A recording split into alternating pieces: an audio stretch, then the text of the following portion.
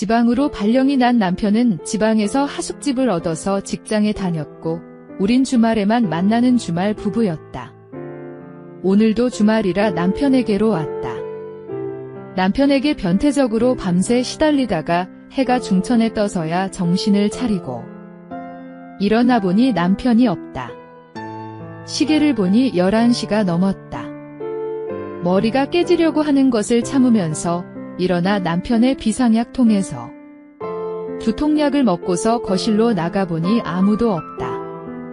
남편은 아마도 근처 저수지에 취미인 낚시를 하러 갔을 것이다.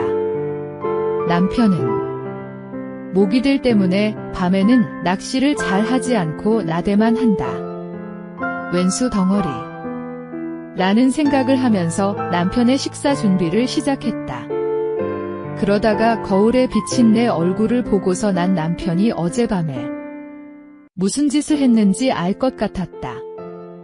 남편은 찔리니까 지금 낚시 한답시고 나가 있는 것이다. 나는 다시 주방으로 나가서 남편의 식사 준비를 마치고서 서울로 올라갈 채비를 했다. 그리고 걸어서 가면서 남편의 핸드폰으로 전화를 했다. 당신이 무슨 짓을 했는지 다 알았어요. 그 벌로 다음 주에는 오지 않을 거니까 밥 차려둔 것 드시고 치우세요. 저 지금 올라가요. 라고 하자 남편은 다급하게 매달리듯이 말을 한다.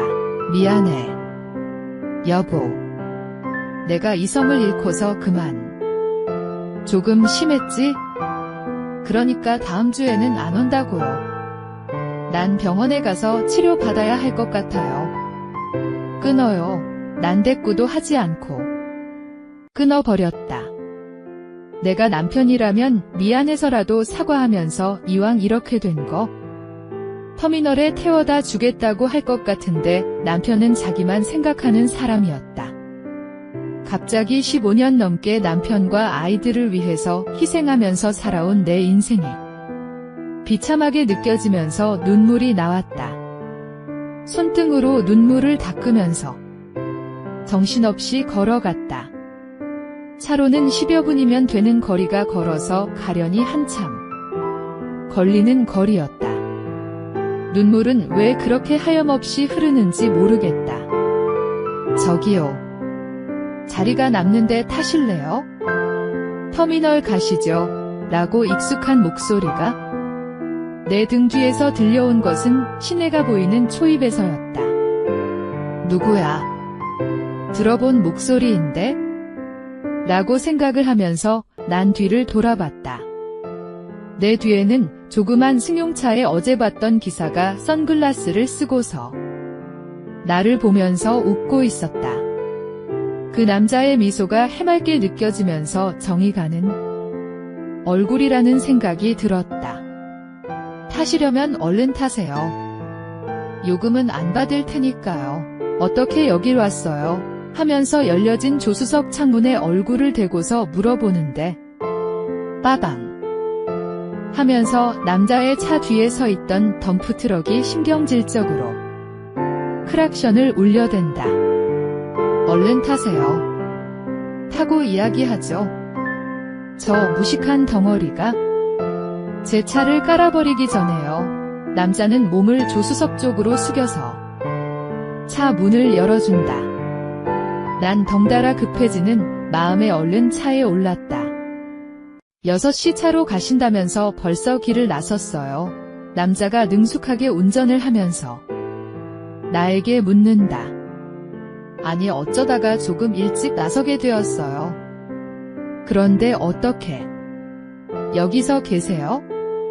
나이 드신 부모님이 이곳에 사세요. 그래서 제가 이쪽 노선을 지원해서 하는 것이고요. 이곳에 올 때마다 찾아뵈니까 불효자는 아니죠. 라고 하면서 머쓱하게 웃어 보인다. 좋네요. 일도 하고 부모님들도 챙겨드리고 라고 하면서 난 남편이 생각나서 창밖을 보면서 무표정한 얼굴이 되어버렸다. 무슨 문제라도 있나요? 걱정스러운 목소리로 나에게 묻는다. 문제는 무슨 부부 생활이라는 것이 다 그렇죠. 뭐, 성의 없이 대답을 했다. 아, 아저씨하고 다투셨구나? 하하. 부부싸움은 칼로 물베기라면서요. 그냥 잊어버리세요. 나를 위로하려고 한다. 그럼 내가 잊을 수 있게 해줄래요? 내가 생각해도 대담한 말을 했다. 제가요. 어떡해요? 아무런 말도 못하는 내 마음속에서는 나를 한번 안아줘요 라고 말하고 싶었다. 그리고 그 말 대신 나온 말은 어디 바람이라도 쐬고 싶네요. 시간 되세요? 물론이죠. 어제 말씀드린 것처럼 6시 차로 배차를 맞춰 두었거든요. 앞으로 5시간 30분 정도는 시간이 있고요. 누님이라고 불러도 되죠? 난 아무런 대답 없이 고개를 끄덕여줬다. 누님의 기분이 풀릴 만한 곳으로 모시죠. 남자는 시내에서 갑자기 유턴을 해서 차를 다른 곳으로 몰기 시작했다. 차를 20여 분 달려서 도착한 곳은 조그만 포구였다. 지금은 폐허선들과 갈매기만 있었고 10여 호 남짓되는 집들도 모두 다 폐허처럼 변해버린 곳이었다. 넘실거리는 바닷물 물결만 빼면 완전히 죽은 동네였다. 어떠세요? 이곳 죽은 것 같죠? 그런데 살아있거든요. 전 힘들거나 외롭다고 생각이 들 때는 꼭 이곳에 와요. 그리고 사람들이 떠나간 집들을 돌아보고 마지막으로 바다를 봅니다. 그러면 마치 물결 따라서 사람들이 돌아오는 것 같은 생각이 들거든요. 썩 유쾌한 바다 풍경은 아니었지만 지금의 내 감정으로서는 바다를 본다는 것만으로도 위안이 되었기에 가만히 낡은 선창에 서서 물결을 응시하고 있었다. 그리고 남자는 내 옆에 가만히 서서 나와 같은 시선으로 바다를 보고 있었다. 기분이 좀 풀렸어요. 30여 분을 기다려준 남자는 나에게 말을 했다. 네. 고마워요. 덕분에 울적했던 마음이 많이 좋아졌어요. 그런데 아저씨하고는 왜 울적해요? 말하기가 좀 곤란합니다. 왜요? 제가 이상한 질문을 한 건가요? 약간 기분이 상한 듯한 표정으로 묻는다. 아니요. 그건 아닌데 부부지간의 일이라서요. 네, 그래도 궁금하네요. 하면서 뭔가 여운을 남긴다. 난 거기서 그 남자에게 더 말하지 말았어야 했다. 그런데 나도 모르게 말하고 말았다. 사실 부부관계 때문이에요. 남편은 저를 행복하게 해주는 관계는 관심이 없고 자신만 충족시키는 그런 타입이거든요. 그런데 어제는 제가 술을 먹고 자는 동안에 몹쓸 짓까지 했어요. 거기까지 말하고서 내가 지금 무슨 말을 누구에게 하고 있는 거야? 라는 후회를 했다. 아, 그거구나. 결혼하면 그런 위기가 온다고 하던데요. 라고 하면서 차에 먼저 오른다. 나도 따라서 조수석에 오르자 남자는 내가 앉은 조수석 시트에 팔을 두르고서 뒤를 보면서 전진으로 들어왔던 선창을 후진으로 나간다. 저기 내가 너무 주책 맞죠? 처음 보는 사람한테 이런 시시콜콜한 이야기까지 다 하고 난 내 말을 다 하지 못하고 말문이 막혀버리고 말았다. 남자가 갑자기 나에게 다가왔기 때문이다. 난 그걸 뿌리치려고 했지만 웃기는 것은 내 두 팔이 자유로운 상태였는데도 두 팔은 그대로 두고 있었다. 죄송해요. 누님 보면서 제가 이성을 잃어서 남자가 나에게 사과를 했다. 난 따귀라도 때릴까? 했던 마음을 남자의 진심 어린 사과로 인해서 사그러뜨리고 말았다. 난 아무런 말도 하지 못했다.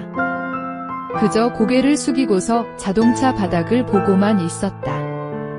남자가 차를 움직이려고 기어를 넣을 때 여기는 지금 아무도 안 살아요. 네, 라고 대답한다.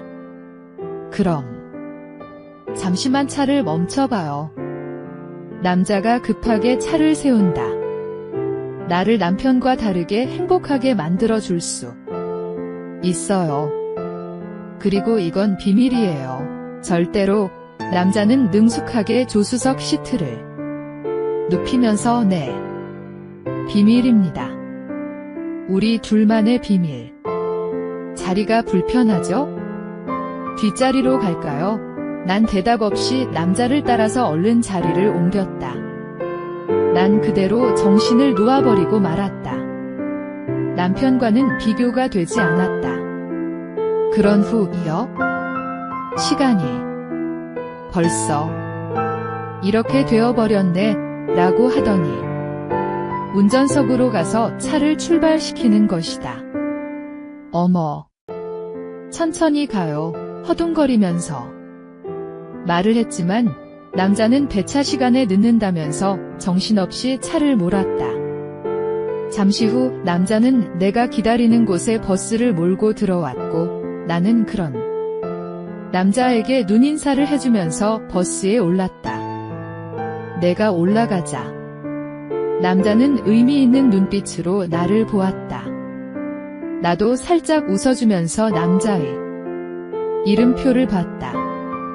박기정, 남자의 이름이었다. 난 여유 있게 기정의 뒷자리에 앉았다. 난 밤새 남편에게 시달리고 방금 전 기정과의 시간에서 오는 피로감에 기정은 신경도 쓰지 못하고서 그대로 골아 떨어졌다. 한참 후 잠에서 깨어났다. 어머, 누가 보면 어쩌려고 하면서 주변을 둘러보니 버스 안에는 아무도 없었고 버스는 승객들이 내리는 곳이 아니고 버스들이 일렬로 서 있는 주차 공간이었다. 앞에도 버스가 있었고 양옆에도 버스, 뒤에도 버스만 있었다. 오늘 운행을 끝낸 버스들만 있어서 아무도 없어요. 그런 후 어머, 이걸 어째? 난 서둘러 자리에서 일어났다. 그냥 가시게요. 집에서 기다리는 아이들 때문에 그럴 여력이 생기지 않았다. 다음에요. 다음에 언제요? 알잖아.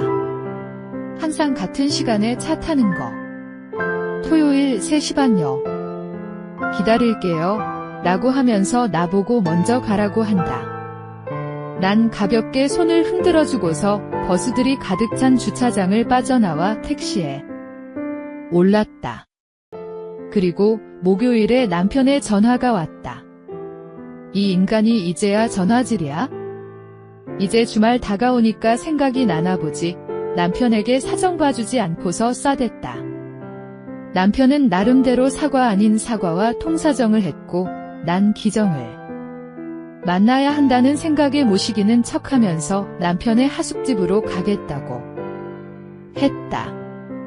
빨래감과 밑반찬이라도 가져다주는 것을 감사하게 생각하는 것 같았다. 그런데 난 남편에게 가기 전에 기정을 먼저 보고 싶은 생각이 들었다. 아이들이 학교에 간 오전에 난 터미널로 향했다.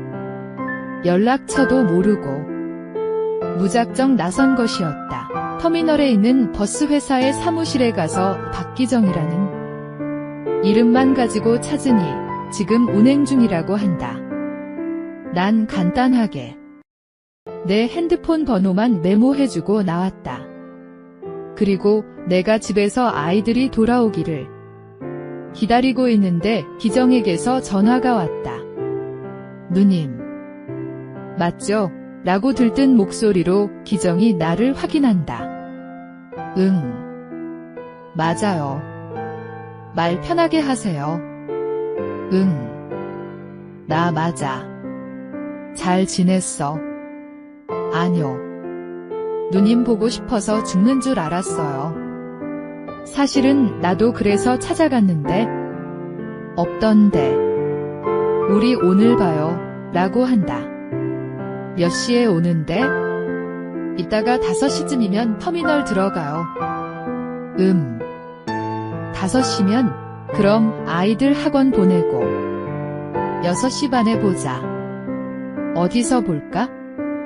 아이들 학원 가면 집에 누님 혼자 있는 거? 아니에요. 그렇긴 하지만 괜히 밖에서 같이 다니다 아는 사람 만나거나 하면 누님 입장이 곤란해지잖아요. 제가 누님 댁으로 찾아갈게요. 그럴까? 그럼. 알았어 여기는 하면서 난 우리 집 아파트 동호수를 알려주고서 전화를 끊었다. 그리고 난 곧바로 청소를 시작했다. 별다르게 청소할 것은 없어서 일찍 청소를 마치고 아이들이 돌아오기에 밥을 먹이고 일찍 나가서 놀다가 학원 가라고 내보내고서 샤워를 정성스럽게 하고서 간단하게 화장을 하면서 립스틱은 평소에 바르지 않는 빨간색을 진하게 발랐다. 좀 천박해 보이지 않나? 라는 생각을 했지만 다시 지우고 칠하기도 귀찮고 마땅히 바를 것이 없었다. 시계를 보니 기정과 약속한 시간이 되어간다. 난 가지런히 정리를 하는데 초인종이 울린다. 누구세요? 저 박기정입니다. 난 얼른 문을 열고서 기정을 얼른 들어오라고 하고서 문 밖을 봤다. 앞집에서는 아무런 인기척이 없었다. 기정이 들어오자마자 시작했다. 잠시만. 문 좀 닫고 기정은 들은 척도 하지 않았다. 난 간신히 문을 닫고서 잠궜다.